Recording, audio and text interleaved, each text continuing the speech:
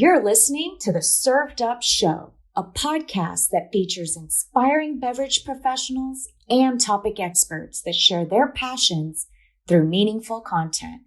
Your hostesses, Bridget Albert, is best known as the Market Fresh Mixologist, an industry mentor with over 25 years of experience. And I'm Julie Milroy, best known for my passion for leading change and helping others grow in their careers. Grab a cocktail and sit back. Let's learn how we can make a positive impact in our industry.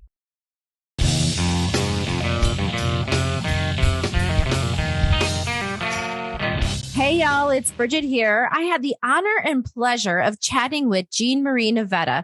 She is the Director of Learning and Inclusion for PFLAG National, leading its Straight for Equality project, which aims to invite, educate, and engage new allies in the effort to achieve full inclusion for people who are LGBTQ+.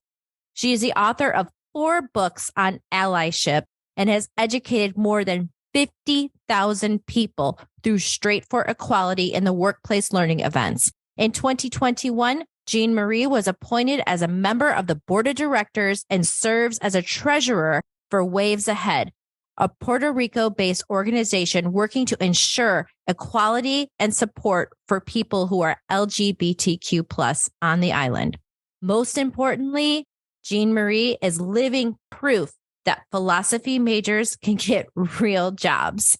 Jean-Marie shares not only her story, but some great resources for the LGBTQ+ community. So sit back, relax, grab yourself your favorite cocktail, and enjoy this very special show. Jean-Marie, welcome to Served Up. I am really excited to have you on today's show. Thank you, Bridget. I'm so excited to be having this conversation with you. Yeah, well, let's jump right in. Can you tell our listeners a bit about what you do for PFLAG and what the organization is all about?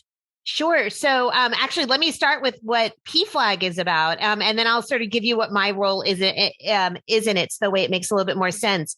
So PFLAG is the nation's oldest and original LGBTQ plus ally organization, representing the issues of both people who are members of the LGBTQ plus community, plus our families and our allies.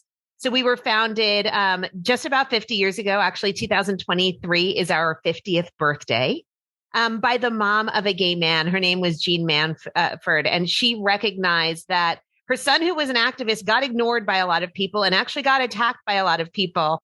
But while they might attack her son and ignore her son, they certainly could not ignore his mom. So after experiencing so many really horrible incidents with him, seeing him being physically attacked and harassed, she showed up at the second ever Pride March that ever happened in history with a sign that literally said, "Parents of gays unite in support for our children." And she started telling other parents to do exactly what she was doing. And as the story goes, as she walked through the streets of New York City, and she, was encountered by lots of other people in the community, they kept asking her to talk to their parents. So she decided to hold a little support group meeting in a church basement, and that's how we were born. So fast forward nearly 50 years, we've got over 400 chapters around the United States, lots of international affiliates that we work with. And we carry out our mission of support, education, and advocacy to create a world that's equitable and inclusive for everyone. And my role there is as the Director of Learning and Inclusion. And so in that, I get to do some really great work, which is I spend a lot of my life in other people's organizations. So my team spends a lot of time with our corporate partners and our learning partners who are all doing work about LGBTQ inclusion at work. And what does that look like? And how do you do it? So I spend a lot of time writing curriculum and teaching, plus leading the inclusion efforts throughout PFLAG, because while certainly people who are LGBTQ are a diverse group, there's a lot of diversity inside of that. And so we need to make sure that we're responding to that and being inclusive of that too. Yeah, that's incredible, and I know that the work is around so many things. You have scholarship programs, Claim Your Rights, Safe Schools for All, your online academy. Can you talk about specifically what some of the programs that PFLAG offers? Sure. I think one of the most exciting ones right now is our program called PFLAG Connects, PFLAG Connects Communities. And what we did, and this actually started during the pandemic, but it had been something that we had been talking about for a while, is create online PFLAG support group meetings that are run through PFLAG National. We have volunteers and facilitators who are carrying these out that specifically serve very specific communities around us who tend to have different topics that they want to talk about or different issues that need to be discussed. So we have a support group for Latino families. We have one for Black and African American, Asian, and Pacific Islander families. And we recently actually just launched one for military families who may be living outside of the U.S., but are grappling with the same issues that a lot of our families here are. So that is one of my favorite and I think the most interesting programs that we have. And you can learn more about that if you go to pflag.org/connect/communities. But we also have, to your point, we have a Safe Schools program that is addressing ways that our chapters can help make schools safer for LGBTQ students. We have a really vibrant advocacy program. So we are a nonprofit that is a 501c3, which means we can't pick political parties, but we certainly can advocate on important issues. And that is exactly what we do. So our advocacy program teaches people how to do that at the very local level and right up to going out to the Hill in Washington, D.C. and speaking to their legislators. And finding ways to do that everyday advocacy. Plus, we have a great educational program. So you mentioned PFLAG Academy Online. That is a monthly service that we offer to our members where they can take a monthly class free with us online, interact with us, and learn about issues that are either related to how they do their work in their communities or specific, really important things that are emerging around them. So specific issues. So for example, the rise in hate crimes against people who are LGBTQ right now. And then finally, we also do have our workplace education program, which really reaches a lot of people who might not necessarily find themselves in a PFLAG meeting, but who want to learn more, and it's being offered in their job, so they show up. Yeah, that's really some great work, and just to think that this organization came just from a mother's love, I think is absolutely beautiful. Can you talk about the chapters? Like, what is a chapter? How do you become a chapter leader or run a chapter? How do you find a chapter? Yeah, so our chapters are all volunteer driven, which is really, really important to know. And they're run by the people who live in communities like yours. So every single chapter is unique in that what they are addressing, what they are talking about, the kinds of programs that they do are really responsive to what is necessary where they live. And I think that's one of the things that makes PFLAG so powerful. One of my colleagues always talks about the power of your zip code and keeping things local. So if you are interested in finding your nearest PFLAG chapter, first of all, you can go to pflag.org/find, and that'll give you a way to search for the closest chapter to you. So the chapters carry out that mission. So I mentioned that we do support education and advocacy, and right at the center of all of our chapters are those support functions. So the vast majority of PFLAG chapters host a monthly support group meeting. So if you are a parent, let's say, of someone who just recently came out, you can show up there and talk to other parents about what's on your mind, maybe what's really upsetting you, what's been difficult for you, what you need to learn. And you can talk to other parents who have gone through it. It is based in the idea of peer support, that when you are with people who have had similar experiences, we can learn from each other and we can move forward. Those chapters also do two other important things, and that is education and advocacy. So depending on where you live, whatever issues are relevant, our chapters are offering educational programs or partnering with people in communities to help educate communities about what is going on and how they can be part of the ally network that responds to things. And they're doing issue advocacy. And that can look really informal, just people talking about what matters where you live, or it can be much more formal, getting involved with your school boards, getting involved with local legislatures, state legislatures, and even federal work. And so if you're interested in learning about those chapters, I would definitely see first if there is one near you. And if by chance you look and there's nothing near you and you're feeling really inspired to learn how to do this, or at least to investigate what it means, there's information right on our website about contacting our chapter engagement team, and they can provide some guidance on exactly what it means to be a PFLAG chapter and how to be a leader. And we actually do provide training on how to be a leader and how to run your chapter, because just wanting to do something doesn't mean you necessarily have the skill set. And we have a great team of chapter engagement coordinators and managers who do that. So does PFLAG have events throughout the year? It does. And those events happen in two different ways. So we have our national entity, which is where I work. And then plus we have that chapter network. So let me start sort of with the network. all of the chapters do different kinds of programs, the vast majority of which are open to their communities. They advertise them publicly. So those are definitely a great way locally to get connected. But as you look at the national office, which is where I am, we do have some important events. So actually coming up in March in New York City, we are having our 50th anniversary gala.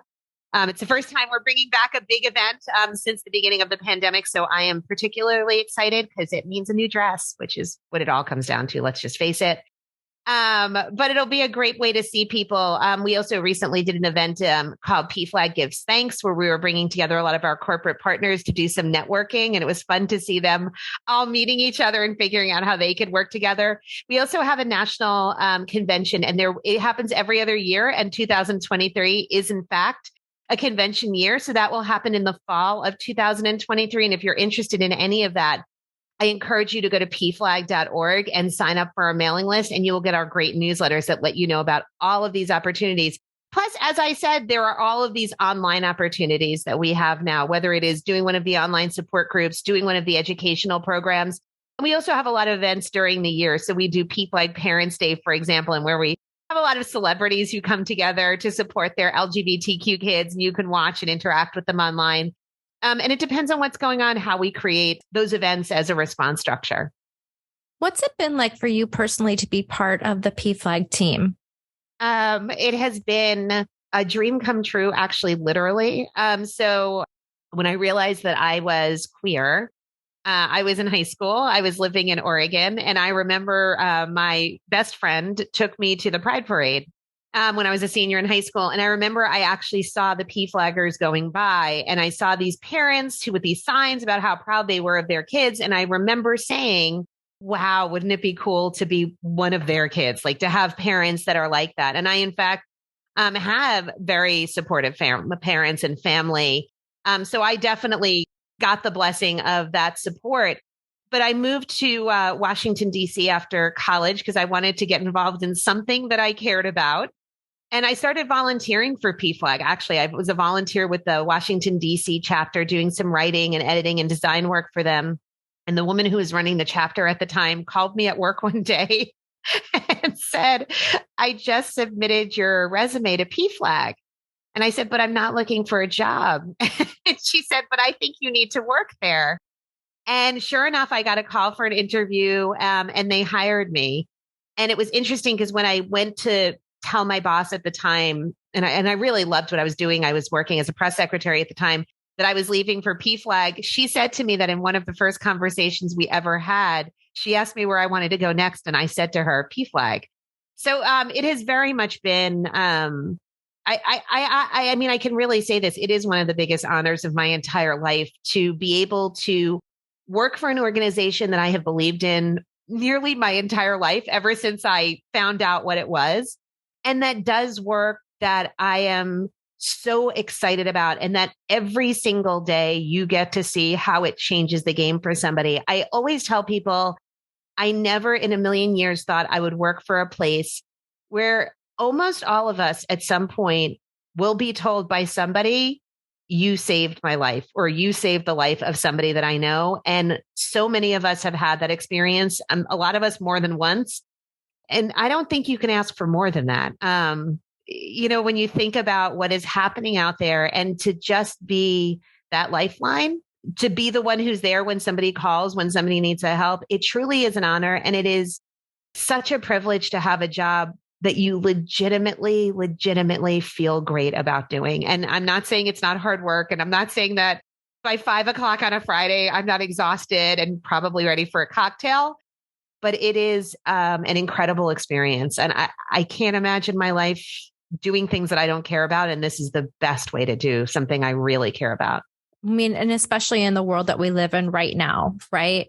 We are in the tail end of 2022. You would think that things would be better, and they're just absolutely not. So the work that you're doing is very important work to so many people. Could you share a couple stories that really impacted you? Yes. You know, we hear a lot of these stories, and sort of, you know, keeping it vague enough that I am protecting people's confidentiality. You have these experiences that take you so outside of your own life and your own lens and your own experiences. Many years ago, when I first started doing workplace education, I live in California now, and I had traveled to a very rural place in California for a client, and they do manufacturing. And I did my training, and somebody came up to me afterwards, a young man, and he worked on the manufacturing side. So he was actually like in the plant. And he said to me, I never thought I would meet anybody else like me. Then he said, and I definitely never thought I'd meet anybody else like me here at work. And he lived in such a conservative place. He came from a very conservative background. And the fact that just my presence there, and it had nothing to do with me specifically, it was that PFLAG brought me there, to know that suddenly he felt seen, like, and, in this manufacturing environment where it felt like no one else was like him, to see that there was somebody else who was then standing in the same place and saying, you and I are similar. We've got this same thing going. It was such a big thing. And that it made me really happy, because I think there is such a sense of isolation and loneliness for so many LGBTQ people. You mentioned the challenges that we still have. Right now, about 28% of LGBTQ people in the US are out to nobody in their lives. I mean, 28%. Could you imagine 28% of people literally not letting anyone know who they are, because either they are afraid of the reaction, they're afraid of violence, they're afraid of what they'll lose, and then having to live every single day of your life that way. I think the fact that PFLAG puts people sometimes in spaces where people don't expect to find that ally or find someone like them, it's such a gift. I also had an experience in a very metropolitan area where I had been working with one company for a few years, and I would go every year and do some training. And I went back one year, about a year after I had done some work. And a woman came up to me and she said, I bet you don't remember me. And I had to admit to her, I didn't. I do a lot of training. I see a lot of people. Sometimes it's hard to keep track. And I said, I'm so sorry. I really don't. And she said, the last time that I was here, my son had just come out as trans, and we were both in a very bad place. And I said, yes. And she said, and then I listened to you talk. And she said, and I went and I got all this PFLAG stuff. I went to meetings, and she said, I believe my son is alive today because of the work that people like you are doing. And, it almost seems unreal that could happen to you. You don't think when you wake up in the morning that anyone is going to tell you you maybe have saved a life because you showed up today. But that's what it really comes down to. And I think so much of the work that we do is about showing up. And it is being willing to be open. I mean, I have colleagues who identify in all different kinds of ways, in identities that are so marginalized, people who are bi, people who are non-binary, people who are trans. And yet these people show up as who they are, and they talk about it, and they share that with people. And I think it really does change people's perspectives. Not to mention all the families out there, all of the parents who very unexpectedly open their mouths and say, now let me tell you about my kid. And the impact that has is tremendous. Yeah, I really appreciate you sharing those stories. I think that it's important to continue the conversation, and to talk about the impact, like you said, just showing up has. Yeah. And if more people would show up, just think about how much more wonderful life could actually be. It could be. And, there was research, I always talk about it when I'm teaching, that was done on allyship, and people who are LGBTQ, as well as people who said that they were allies, were polled in one survey. And all these people said that they were allies, and only half of them said, I think I actually have to do anything with it. And it was always that reminder. Yeah. And for those of you who can't see, you could see Bridget just like sat up straight while we were talking. For all those people out there who do need an ally, it is not just about showing up. It's about showing up and doing something. Showing up gets you into the room, then doing something with that is so important. I feel like organizations like PFLAG teach people what that looks like, because it's one thing to say, I want to support you. You don't always know how to do that. I don't know how to do it for everyone around me. You need to have a place where you can do it. And I think PFLAG does an exceptional job of teaching that, of getting people into the room to show up, but then also getting them to do something with it once they're there. Yeah, that's wonderful. That was kind of shocking, actually, when you said that. So, yeah. Okay. So what is next for PFLAG? Well, some really exciting stuff is coming up. I did mention we are getting ready to enter our 50th anniversary year. So in January, we have some very, very exciting stuff coming out about our brand. There's going to be some beautiful refreshing going on. And I think, while it is about design and it is about that, I think it's also going to give people a visual of the PFLAG that is moving forward for the next 50 years. And so that's really exciting. There's a whole campaign that's going on around that. We're going to have a number of events during the year. So I did mention in March, we are having our 50th anniversary gala. In the fall, we will be having our convention that'll bring PFLAGers from all over the country together. So I think all of that is really exciting. And I think it's exciting, especially to look at an organization that has done 50 years of work at this particular time. Because you did make reference to things aren't as good as we would hope that they could be. And the unfortunate reality is that things are actually getting worse right now. I was doing some work for a program that we have. We have a weekly program called Something to Talk About Live. And one of the things we were talking about today was hate crime increases. And in some cases, we are seeing double, triple, and even more than that in terms of the reports that we're getting. And the severity of what we are getting is so much more extensive and deep than it has been in the past. It is lethal in no uncertain terms. Even Department of Homeland Security has talked about it. So I think a lot of what you're going to see at PFLAG is how do we respond to that? How do we respond to a world that has become more, not less hostile? How do we respond to a world in which books are getting banned from libraries and curriculum is being removed from classrooms and protections are being taken away from people, those basic protections that allow us to live? So I think what we are going to see from PFLAG is a lot more advocacy work, a lot more engagement in communities, because this is the time for that. We made a lot of progress, but I think the present age is a great reminder that progress is fragile and it requires vigilance to keep it protected. And so I think that's where a lot of our work is going to focus. I'm glad for it. That's really, really, it's just so important. Oh my goodness.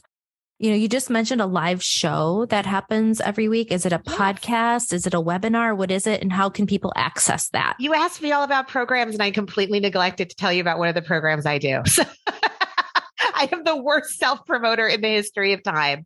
So during the pandemic, right at the beginning, it was the first time that PFLAG was faced with an unusual dilemma, which was we have been gathering people every month all over the country for almost, at the time it was like 47 years. And suddenly we couldn't. So we were trying to find ways to bring people together for conversations. So we launched a program that airs every Thursday at 1:30 Eastern, 1:30 Pacific, 4:30 Eastern, called Something to Talk About Live. And if you're interested in watching, you can watch on any social media channel. Just go to PFLAG. The easiest one that I can explain is go to youtube.com/PFLAG and you can watch it live there. And it's a really interesting concept. So what we do is every single week is a different topic. We pick a news article about something that's relevant. Sometimes it's something very serious like hate crimes. Sometimes we have fun with it. We have done gay horror movies. We have done the history of queer hair. We've done stuff on food. We have had such a good time with it. You name the topic, we've probably touched on it at some point. So we pick an article and we make the article public. So we put it on our website. You go to straightforequality.org/discussion series. That's where you'll find it. We also offer people who want to do it 3 questions. So if you want to read the article and then discuss the article, maybe with a friend or your family or at work, you have the questions all written up for you. And then if you want to join the program live, we allow people to chat with us, to give input via social media feeds. So you're able to be a live participant in the show while we're going along. Sometimes we're even able to take some of the questions from viewers. But you can always watch that stuff afterwards. One of my colleagues is now joking that you can now binge watch like 125 hours of episodes. Oh, so that's amazing. That's very cool. And a little scary. I don't know if I want to binge watch my own face, so I'm not doing that. But for someone who's new to it might be fun. Well, I just want to thank you so much for just, sharing your energy today and all this just marvelous information. Can you tell our listeners once again where they can learn more about PFLAG, whether they're an advocate, whether there's someone looking for a resource or to start their own chapter or to be a leader? Sure. So 2 websites that you want to check out. The first one is go to pflag.org. That's pflag.org. that is where you can get all of the information about the programs and the resources that I was telling people about. Also, I would encourage you to check out our online bookstore. You can download all of our publications for free, or you can purchase them really inexpensively. That's also where you can find your local chapter. I would also encourage people to check out straightforequality.org. So the word straight, the word for, and then equality.org. That is the program that my team actually runs. We jokingly call it PFLAG 2.0. It's for PFLAGers who don't have a kid who's LGBTQ, but have a friend who is. And we've got some great ally-focused resources there that are a little bit of a different tone than the PFLAG stuff, which is very family-oriented. We'd like to think that we're family-oriented, but we're a little bit funnier. Don't tell PFLAG, but we're all part of it. And that is where they can get that there. But those two websites will get you everywhere. And definitely consider following us on social media. I think some of our best and funniest stuff is actually on social. So on Facebook, on Twitter, we are always on Instagram. TikTok, we are at PFLAG. That's wonderful. Thank you so much for spending some time with me today. I want to wish you personally, Jean Marie, just a whole lot of great health right now and a lot of peace. Thank you so much for coming on Served Up. And I do hope that next year, maybe before the 50th anniversary, you'll come back again. I would love to do that. And thank you so much. And thank you for everything that you're doing, at this organization. I think it's so important that we are having these conversations and that we are elevating people's stories. And that is exactly what you're doing, Bridget. So thank you for inviting me and letting me talk about PFLAG. Absolutely. Well, cheers to you and cheers to PFLAG. Thank you. Thanks for listening. Served Up is brought to you by Southern Glazers Wine and Spirits. Produced by Zunu.online. Music by We Killed the Lion can be found on Spotify. Make sure to subscribe to be notified of future Served Up episodes. Cheers!